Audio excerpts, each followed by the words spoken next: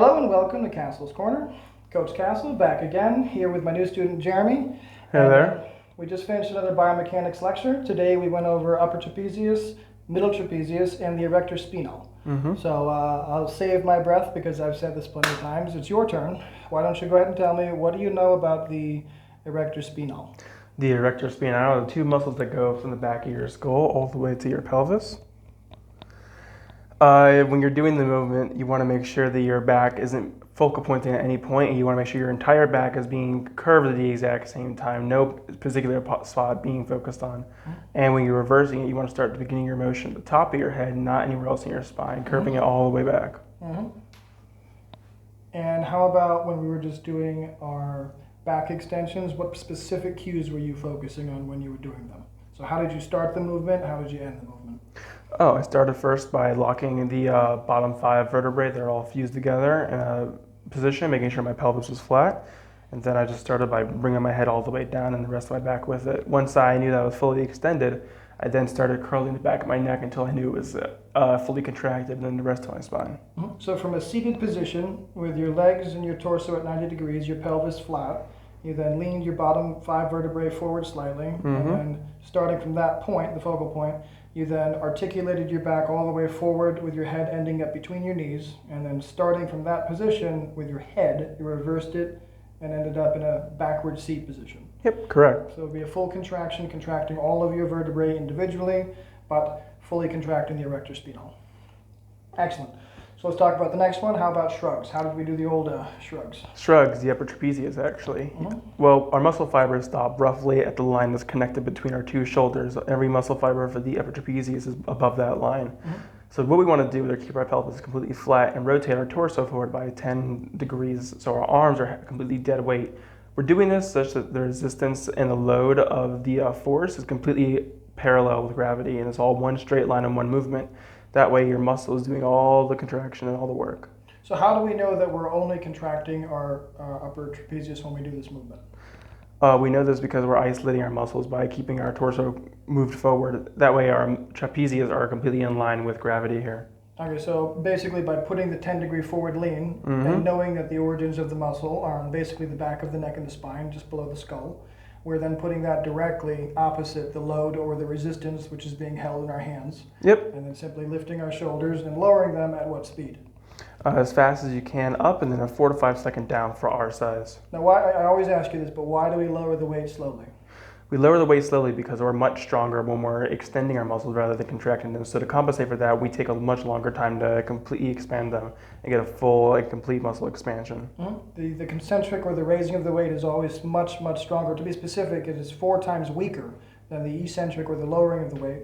Therefore, all you guys out there, when you're lifting your weights and you're doing this stuff, you're missing a full 3/4 of the movement. You're completely ignoring 3/4 of the movement. Not only that, it is the more beneficial 3/4 of the movement you're completely ignoring, okay? And all that time under tension as well. Instead of having a 1-second movement, you end up having a 5 or 6-second load under tension. It's a big difference. Just to keep it really simple, is that the contraction is the fast portion, the expansion or the extraction is the part that's very slow and tedious. And the final movement today, the kind of tricky one. Yeah, the scapular retraction or mid-trapezius. That was a really tricky one. For that one, we take your time and explain this one because it's kind of tricky. This one's a bit awkward. We had to keep our arms completely locked at a 90-degree angle, but also in this entire movement, because the insertion, the origin point is from roughly our shoulder area to the middle of the back, what we have to do is bring our shoulders forward in that extension and then bring our back completely back here, keeping our arms locked in the same position the entire time. So movement that's completely dependent on the back, and your arms shouldn't really change whatsoever. Now, where is the origin for the middle trapezius? The origin is along the spine, isn't it? And where is the insertion? Up here, right by the shoulder points. Yeah, we'll just call it the shoulders for now, we'll say that. Yeah. And so what is the objective? Is to bring the insertion to the origin. And how do we do that, and why do we know that that's what's happening? Well, we know that's what's happening is because when we keep our resistance aligned with our forearms here, we're only using the back muscles here to pull. So the motion, the resistance is in the same parallel line. And what is the only job of the mid-trapezius? What's the only job it's responsible for? What bone does it move? It moves our scapula. The shoulder blade. The only job of the middle trapezius is to bring the scapula down and together towards the spine. That's the only function of it. So anybody who thinks that they're training their back or their upper back or their mid back when they're doing rowing movements or T-bar movements, they don't understand, for example, that guess what? Your arms do not attach to this muscle. Yeah, 80% of the movement is being done purely by the arms and not by your back. So you're just wasting your energy and your time. All of those rear delt, all those movements are rear delt. The row, the T-bar row, the cable row, the chin up, all that stuff, it's primarily rear delt. It has nothing to do with your back. This is why people don't have backs, because they don't train it. And final notes for today. Why don't we talk about, just very briefly, the resistance curve? Because we've chatted about this briefly before, but let's use the bicep as an example. We didn't talk bicep today, but if I'm doing a bicep curl, am I stronger? Is my muscle stronger in the beginning portion of the movement or weaker? Weaker. It's weaker? Why is it weaker? Well, I would think your muscles would be a lot stronger on the extension here. That's what we've talked about previously, is that the extension portion of a movement is the stronger part. So when your arms... The lowering of the movement. The lowering of the movement, your muscle is stronger. Stronger than the raising of the movement. However, in the beginning portion of the movement, this is mechanical disadvantage. At this particular portion of the bicep curl, your muscle is by far the strongest it will be. And that's because right now with mechanical disadvantage, 9 times the amount of force is going directly into the joint, into the bone. In order for that muscle to actually raise this lever, 9 times the amount of force must go into the bone as goes into the raising of the lever until it gets more parallel or perpendicular with gravity, I should say, sorry. As it gets more perpendicular with gravity, the lever is easier to lift with the muscle, but the muscle gets weaker. The muscle gets weaker because the muscle contracts. So because the muscle is contracting, the muscle fibers are all getting together like this. They don't have as much strength, but that's the natural strength curve. The natural strength curve is starting off very strong and ending very weak. This is why I hate resistance bands. Resistance bands have the exact opposite curve of that. So when you're doing a bicep curl with the resistance band and you're stepping on it and you're doing a bicep curl where your muscle is 9 times stronger, it's the strongest in the movement, you have absolutely no load on the muscle whatsoever. And then when you're weakest in the movement, that's when you have the most load. Resistance bands are completely useless, and anybody who uses them just don't understand this fact. I mean, you understand it now. I mean, we're going to go over it more in depth, but everything has a very specific function. It's quantifiable. Physics is very well understood. It's not debatable. Levers are very well understood. It's not debatable. Our anatomy is well understood. Again, just to add on to this whole talk about efficiency with our movements.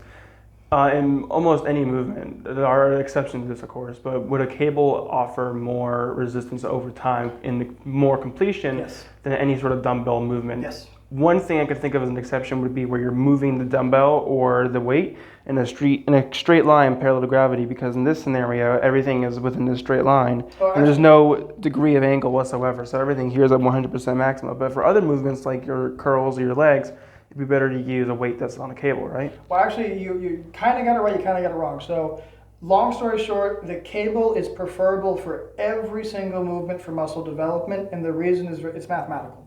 The reason is real simple. So, again, we'll go back to the bicep curl for a demonstration. But if you're using a dumbbell for a bicep curl, we're going to talk the resistance curl briefly.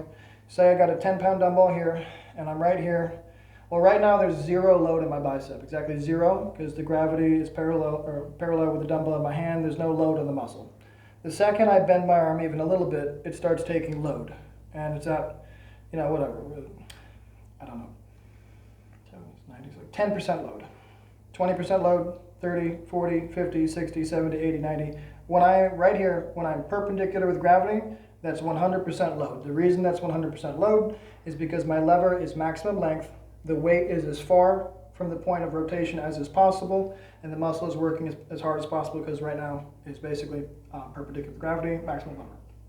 Long story short, from this point on, when I raise it, it doesn't stay 100, it goes 90, 80, 70, because the lever is shortening. Mm-hmm. So, well, you understand, the lever is shortening though. However, when I use a cable, this is what happens. Start off 100. Because the load is immediately right there. Mm-hmm. 100, 100, 100, 100, 100, 100. It's full resistance for the entire movement. Until I get to about the 100 active lever. And at that point in time, it diminishes because now it's going and changing the size of the lever. The cable is now cutting the lever and is shortening it. So now it's more like 90, 80, 70, 60, 50, 40. But for over a half of the movement, you're getting full, complete resistance. I can't remember the math off the top of my head, unfortunately, but most of the movement in the bicep curl, you're getting far more percentage of load, far more time under tension for just longer. So yeah, the cable over time, the percentages add up. That's why just about every movement I do, well, not just for convenience sake, but also the way I have it set up, it's cables. There's a few I don't, like shrugs, for example. I use dumbbells, but Yeah, that'd be an example of one where the motion and no, still really? no. Because, and you'll rethink that in a moment, because even if you're doing a cable shrug like so, it changes nothing. The time under tension remains the same. This is still a lever. It's just a small lever. It doesn't matter that it's straight with gravity. There are still angles at play, and you're still cutting the lever with the cable, and there's still more time under tension. We're talking percentages, but percentages overall, there's a lot overall. But anyways, we're getting into unfamiliar territory. But I wanted to congratulate you. You're 158 pounds as of today. No, 258. I'm sorry, 258. Yeah, I'm not that light. I apologize. No, but for many those calls. of you who are new, I've currently on a weight loss journey since the beginning of last year. Around this time, I was at 320 pounds, and now I'm currently at 258. Ahead of schedule? Yeah, by 2 weeks. 2 weeks ahead of My schedule? plan was to be by 260 or below by the time I leave for college, which is roughly August 18th. So currently, today is like the 5th. So and I hit that number like 2 or 3 days ago. So yeah, it's been about 2 weeks ahead of schedule currently. And I want to let all you guys know, we're going to still, even when he goes to college, don't worry, we're going to keep updated. We're going to keep doing videos. We'll be doing the old split screen format when he goes to college. I'm going to start doing this more often anyways, but don't worry. Jeremy's going to keep you updated until he is an absolute legend, a savage beast, as it were. We're not that far off. It's coming. It seems like a long way, but it's coming. I promise. And that's it. Thank you for doing this for me, Jeremy. Of course. Guys, thank you for staying tuned in. And of course, cheer Jeremy on. I hope the information helps. Everyone have a great day. Bye, guys.